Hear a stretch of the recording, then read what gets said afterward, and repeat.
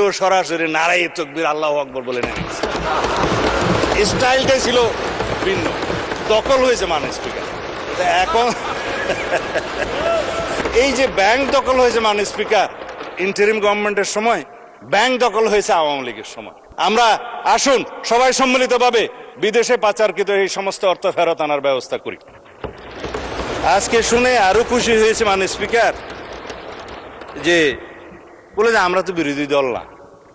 হ্যাঁ, আপনারা বিরোধী দল, আপনারা সরকারি দলে আসার জন্য কসরত করবেন, এটাই হচ্ছে নিয়ম, এটাই পার্লামেন্টের রীতি। তবে আমি জেনে আরো খুশি হয়েছি যে আপনারা শ্যাডো মিনিস্ট্রি করেছেন, ছায়া মন্ত্রিসভা। ছায়া মন্ত্রিসভা করলে মাননীয় স্পিকার দুইটা লাভ, একটা হলো যে দায়িত্ববোধ বাড়ে, আর একটা হলো যে উজিরে খামকা অথবা মন্ত্রী ভাবের একটা সুখ পাওয়া যায়। তো আমি অভিনন্দন জানাই যে আসুন আমরা শ্যাডো মিনিস্ট্রি হিসেবে আপনারা ডিক্লেয়ার করুন। কাউন্টার পার্ট হিসাবে আমার বিপরীতে মনে হয় আমার সোজাসুজি আছে হোম মিনিস্টার সাহেব শ্যাডো। আমরা পরস্পর তথ্য বিনিময় করব, আমরা যোগাযোগ রাখবো, কথা বলব। তবে না, আমি আপনাকে হোম মিনিস্টার খেতাব দিছে, সুখী হওয়া দরকার। তো যাই,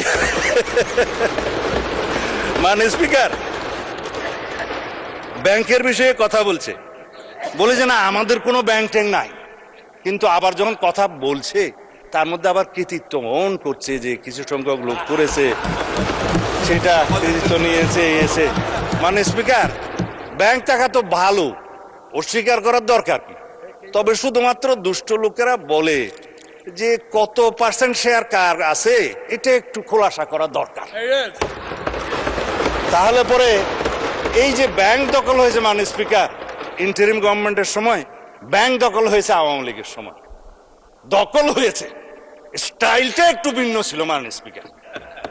কেউ সরকারি ইন্টারভিউ করে হোটেলে ডেকে নিয়ে এসে করেছে, আর কেউ সরাসরি নারায়ে তাকবীর আল্লাহু আকবার বলে নেমে গেছে। স্টাইলটাই ছিল ভিন্ন। দখল হয়েছে মাননীয় স্পিকার। এখন আমি চাই না মাননীয় মন্ত্রী শেষ করেন। আমার সময় কমে যাচ্ছে। যাই হোক মাননীয় স্পিকার, এই সংস্কার না নিয়ে কথা বললে মানুষ আবার আমাকে গালি দিবে।